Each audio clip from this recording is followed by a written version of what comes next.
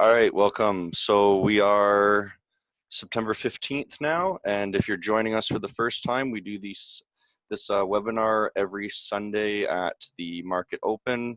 That's roughly 2 p.m. PST, 5 p.m. EST. You can get access for free if you want to watch this live, if you join our Discord link in the link below. That is if you're watching it on YouTube. And other than that, I guess we're just going to jump right into let's start with the dollar index here. We can see the dollar index has been moving nicely on this uptrend here, and I've just drawn kind of an arbitrary trend line here that doesn't seem to matter too much if it bounces directly off of it. But the level that we are watching is this daily level right here, and we're going to try to make sure that the current price doesn't close below this box, because then we're going to start to get a little bit worried, because we do want the dollar actually to succeed, right, and continue this trend, and then that way we can continue our bias in being that the dollar is bullish and getting everything right. So last week we did predict that the dollar would come down, as it did, and then this week we're hoping that it does come up from here, bouncing, maybe wicking down past here, or just coming up right now. Right. So if we look into some pairs that actually matter, because we don't actually trade the dollar, let's look at the euro.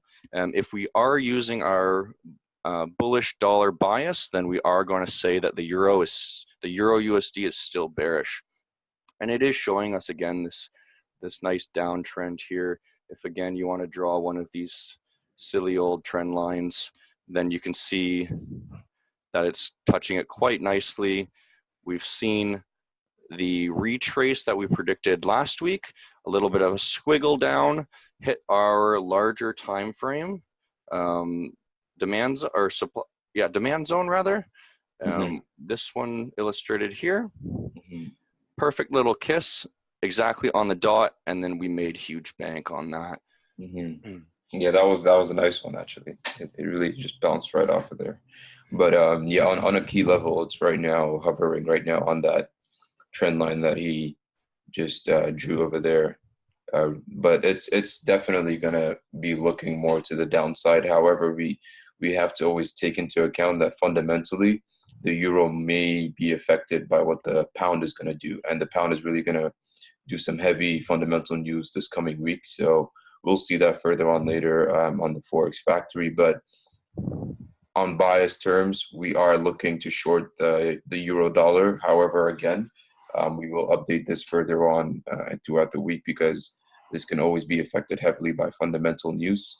Again, like we said, it's pretty much because euro is going to be affected by the pound, and the pound is getting big fundamental news coming this week. So this could definitely have a lot of trap moves against some traders.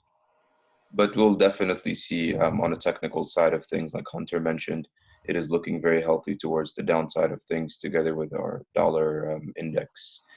So with a trade like this, we see this little bit of consolidation here. We want to wait until that's broken, and then a retest of roughly where it is right now, and then we'd be comfortable shorting.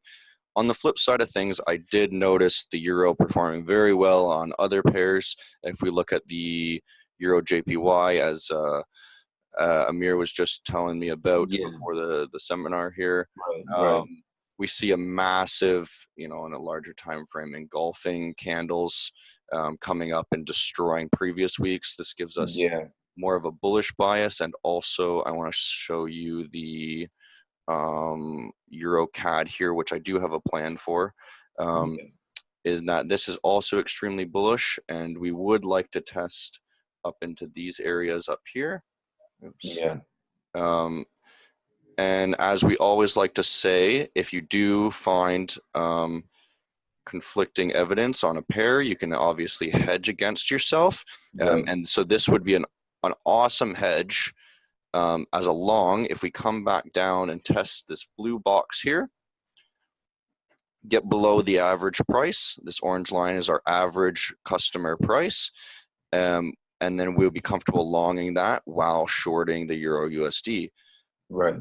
And that way, we're kind of covered on both ends, because either way it happens, we're going to be able to stay in the winning trade. And this one's Exactly. slightly more bullish and this one's slightly more bearish. Yeah. One thing I wanted to highlight with UJ, Euro JPY, we actually mentioned last week, roughly around Wednesday or Thursday, I believe, or Tuesday. It was roughly in the area region of 118, roughly, and it flew right up. Right now, it's at 119, about to hit 120. Yeah, I think I mentioned it on the Discord group way before it shot up. But on the whole technical side of things, it's definitely looking towards 121, 122 region target, roughly around that area. So yeah, you should definitely focus to those higher regions of it right there. Yeah. So it's definitely looking to get there soon. We will see how it carries out. But like Hunter mentioned, it is definitely the perfect hedge because if the euro does go against us on the euro USD trades, we're definitely winning over here. Cool. So let's look at something a little bit more ridiculous. So we did predict, again, we got another prediction right last week, that the that the pound would come up. We were a little bit off at where it would come up with, but you can Right. still enter on a minor retrace here and get some money. This was obviously just a sweep of people's stops. As you can see, that this is a very clear liquidity zone right here, right? They just swept the stops and then came up, and now they're Oh, that testing. was that was dangerous. That was so dangerous. Like a lot of people got stopped out over there. Yeah, That and was so I know myself, I actually did get stopped out here, yeah, same here. but then we just left that one. But it did actually end up doing exactly what we thought.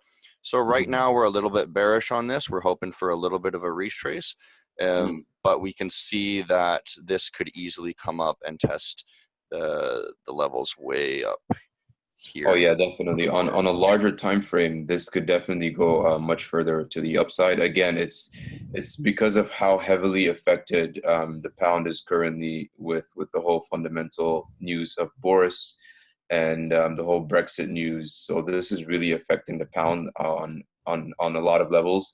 It's not just going to be for this current month, but rather it's going to be maybe throughout the whole year because that's why we actually advised our members to not even use the pound Mm, for the automated bot because being that it's so volatile. Actually, last week or the week before, rather, our bot handled a 300, 400 pip move, but that's just to show you that it's very, very volatile and it can move extremely on two different ends. Just whipping out your entire account. So you got to be careful on that end. But yeah, it's we're looking currently for this week opening. We will be looking for a short. This is just to go with how the healthy retraces that it should be doing. Roughly around two to 300. I think the TP over there is 300 pips for Hunter that he drew right there. So yes, from my personal entry, which it looks like it might get stopped out. I was going for about 300 pips at my final take roughly, profit. yeah, yeah, Obviously, we take profit along the way, but right, it is looking a little bit bleak for us here. But mhm, I think with all of our other wins, it should make up for it. yeah, Um, moving on. yeah, Um, so on the USD JPY, we see a beautiful level right here, very easy to predict. And we had made this short call. And if you're watching now on the market open, you can probably still jump in on it. That we are looking for a short from there with a little bit of room for a sweep of the highs. right, And exactly. then we would like to come back down and test these areas here, giving us a pretty good risk reward. Yeah, Um, so that's definitely reiterating, a we are good. looking for a short on the UJ, but if we do look at a larger time frame, we can see this ridiculous trend line, and it could come back up and test these levels before we actually do come down and test the bottoms again. That's again on a very, very, very higher time frame, Yeah, but so we're not playing that as much. yeah, Okay, but it's just a good thing to note that we do have that massive trend line for the future, and right, there should be some action around there. yeah, UCAD, We had made a call, I believe, right here, pretty much, and we basically nailed the exact bottom, and I had let that go, and taking profit, along the way, but our final take profit was at the very end of the week at about 140 pips. Right. I personally just called it off because I thought that was plenty, and I didn't want to leave it running over the weekend because we could gap anywhere. I do see it coming up a little bit more, but let's not be greedy and let's just exit while we're in this massive profit, right? Exactly. So we are going to be looking for a short at some point now, or a long if we can come back down and test these levels below the average price here again. But for now, don't do anything with UCAD. Yeah. Um, Indecision, pretty much. No trade zone. I think the only other one that's worth looking at is the Kiwi Dollar. And again, here was our prediction last week. And it was basically near perfect. We came up, we're coming back down to test. This was where I was saying I was more comfortable longing, even though we did end up longing down here. But this is the level that I am actually on market open going to be placing a long order, and then just placing a stop along here somewhere once I figure out that's not an exact position yet. But our target would be obviously this FVG here. So if there's any more pairs that anybody wants us to look at, I will also look at the NASDAQ really quick. But you can just type in the chat if there's anything that we should look at. I was drawing a prediction here on the NQ where we would come up and test this purple box and then get rejected. Right now, I'm thinking a little bit differently, that we will come up and do a little bit of liquidity zone. So I haven't actually entered short yet. I'm waiting for a little bit more confirmation or to get into that liquidity zone, and then I'm going to be entering short and just baiting all the FOMO longers. Cool. Yeah. Somebody requested for gold. I've been watching gold actually for a while. It was a very good short, roughly around 1500. That was, if you seen that, how that candle over there, if you could just go on the daily, Hunter. Yeah. The daily. Okay. Yes, or the daily. So the daily right there, if you guys could see those candle formations over there, the way it closes as well, that was actually a bearish rather, formation. So that on the 1500 level, that would have been a good sell. I do see it more downwards, coming towards the maybe you could say towards that bottom of that purple box over there where Hunter drew. This one here. Right, exactly. So for gold, short bias. However, we don't tend to trade gold in our academy as much. Gold is a very aggressive substance to handle. Yeah. But I do agree with you here. I would not touch it yet. It does look very bearish to me, considering this level on the weekly got completely rejected off of. Right, exactly. And then we're looking at the daily here. It went up for a quick pump, basically insignificant, and then drop right back down to levels that we were at. If you short here, though, you're a dummy, and you're just shorting into support. So what we do is we wait for this level to break, as Pepe was saying, and then we short the exact same level when it comes back up. Exactly. Always patient with these type of moves, because with gold specifically, you do not want to get caught in the wrong side of things, especially with gold, because it moves very volatile, like Hunter said, and it could definitely, have a big amount of influence in your trading account. I would not recommend you to trade gold unless you have a big account, and by big I mean like something at least of a significance of $1,000, $2,000, and $3,000 and up. So yeah, gold should not be touched with less than 1,000, I would say. Yeah. Cool. So if there's any more questions, I'll jump into the. You can place them there into the chat, but we'll just jump into what's going to happen this week. Right. I'll let Pepe or Amir here. Yes. So this over here is this week over here we have coming on. It's not really going to be too much like we discussed. It's pretty much more focused on the pound and as well as the dollar. So the days that we would be seeing more volatility is the Wednesday, Thursday, and Friday of this week. So on Wednesday, we have the CPI for the pound. Again, this goes back to what we were talking about, how the pound can be heavily affected, and this can affect as well the euro. So just because the pound is having the volatile news, this does not mean that the euro is not going to get affected. It will be heavily affected based on what the decision for the pound is. There are also Brexit, the Brexit news going on, the FUD that's going on for around Brexit.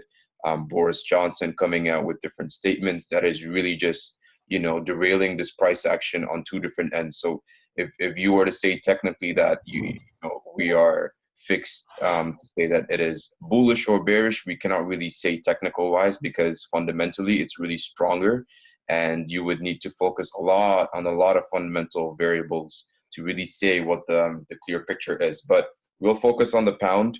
So that's on Wednesday together with the CPI for the CAD and the USD FOMC. So as we all know, every single month we traded FOMC together in our group.